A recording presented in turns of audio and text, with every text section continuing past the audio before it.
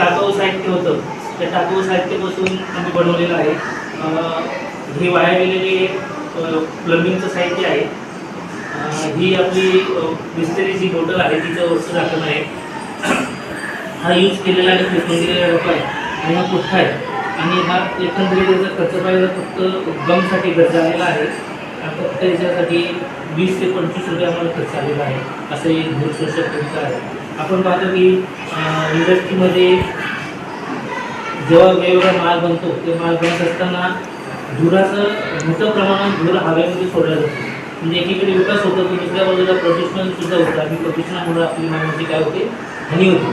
आपण विकास टाळू शकत नाही तर प्रदूषण मात्र थोड्या प्रमाणात आपण कमी करू शकतो. हे कार्य कसं करतं तर कारखान्यामधून निघणारे जे धूर आहे ते या यंत्रामध्ये शोषलं जातं.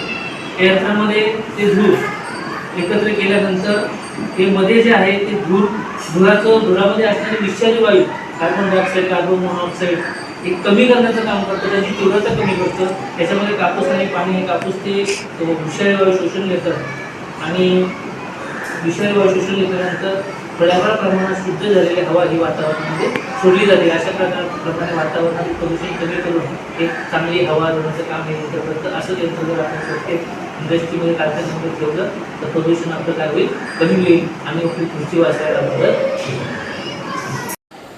माझे नाव आयन सुनील आहे. आमच्या शाळेचे नाव जिल्हा परिषद केंद्र शाळा कोलेगाव मुरली आहे. आमच्या प्रोजेक्टचे नाव कार्बन प्युरिफिकेशन इन इंडस्ट्रीज असे आहे. मला मार्गदर्शन करणारे आमचे वर्ग शिक्षक श्री ईशान्य सर, मुख्याध्यापिका गुंजाराव मॅडम व केंद्र प्रमुख धनगर सर यांनी मला खूप मार्गदर्शन केले.